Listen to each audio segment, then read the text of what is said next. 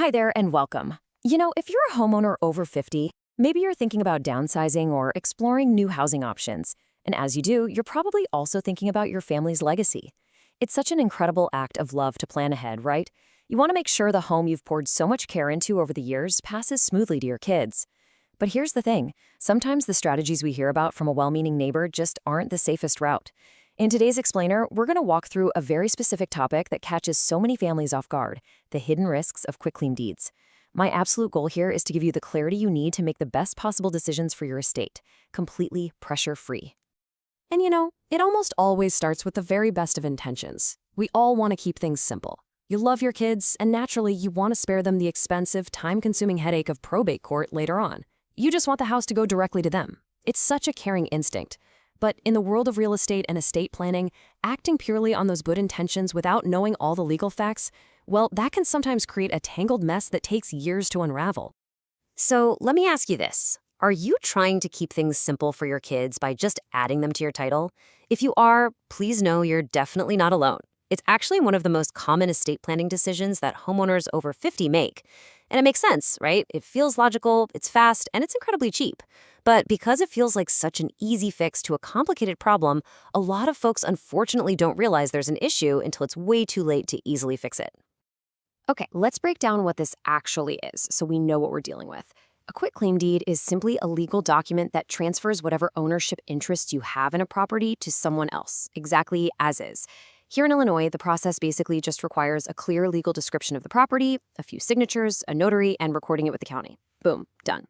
But notice what's missing there? It makes absolutely zero promises about the quality of the title or any outstanding liens. It quite literally just moves your interest over. And that brings us to the core issue. A lot of people mistake speed for safety. The fact that a quitclaim deed is so quick and inexpensive is exactly what makes it so attractive. But frankly, it's also what makes it so legally dangerous. Speed doesn't equal safety, especially when we're talking about your most valuable financial asset. By rushing to just slap a child's name on a deed, you might accidentally be bypassing the very legal protections that are designed to keep you and your family secure. Now, let's talk about the first big hidden trap, and this one catches almost everyone by surprise: the tax problem. You might just see this as updating some routine paperwork, but the IRS, they view adding a child to your title as a gift. You are literally gifting that portion of your home's value to your child. Depending on the size of that gift, you might suddenly find yourself legally required to file a gift tax return using IRS Form 709. And honestly, the gift tax is really just the tip of the iceberg when it comes to the financial fallout. Let's slow down for a second and look at the math behind a number like $320,000, because this is absolutely vital to understand. When you use a quitclaim deed, your child inherits your original cost basis in the property. So imagine you bought your Chicago home decades ago for, say, $80,000. Today, let's say it's worth $400,000. Because your child takes on your original $80,000 cost basis, if they decide to sell that home for $400,000, they could face capital gains taxes on that massive $320,000 difference.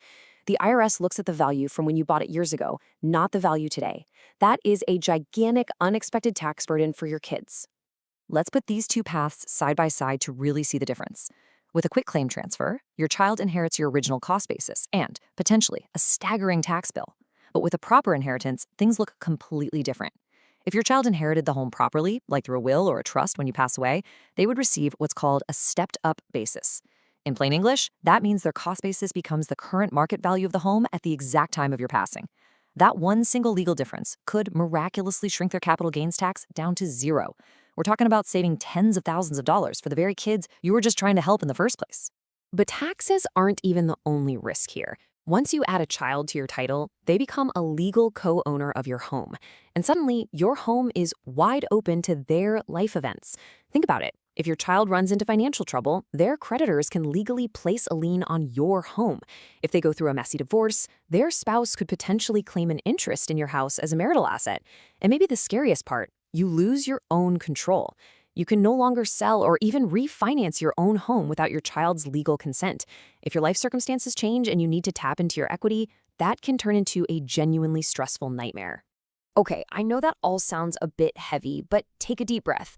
I want to reassure you that much safer, better alternatives absolutely do exist. For example, let's look at a wonderful tool called a TODI, or a transfer on death instrument. This is a specific legal tool we have here in Illinois that lets you transfer your home directly to a beneficiary when you pass away. It completely bypasses probate, which achieves your main goal. But here is the crucial part. You keep 100% ownership and control while you're alive. Your beneficiary has zero legal rights to the home until you pass. So that instantly wipes out all those creditor risks, divorce risks, and that loss of control we just talked about. And there's another really fantastic option you might want to consider: a revocable living trust.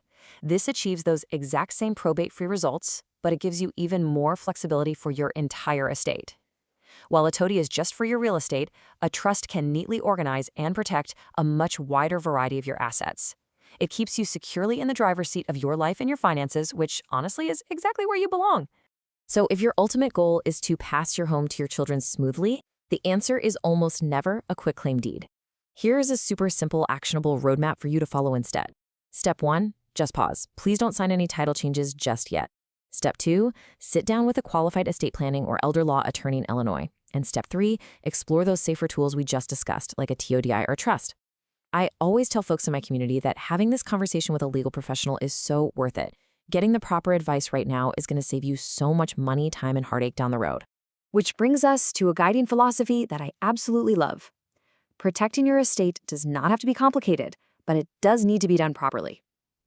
Now, as a senior real estate specialist working alongside financial advisors and CPAs, I don't give direct legal or tax advice, but professionals like us are here to support you every step of the way. Our job is to make sure you know exactly the right questions to ask and to help you build that perfect team of trusted professionals so you can feel completely confident in your choices. As we wrap up our explainer today, I'd love to leave you with an encouraging thought. Are you ready to explore safer options and truly protect your family's future? You know, you really don't have to navigate these major life transitions alone. There is a completely free resource library available for homeowners over 50, packed with guides on estate planning, financial planning, and senior living to help you prepare for these exact conversations. I highly encourage you to take advantage of it. Thank you so much for joining me today. Your family's legacy is so worth protecting properly, and taking the time to understand these tools is the perfect first step. After all, your home represents a lifetime of hard work, memories, and love. Why leave its transition up to a legally flimsy piece of paper?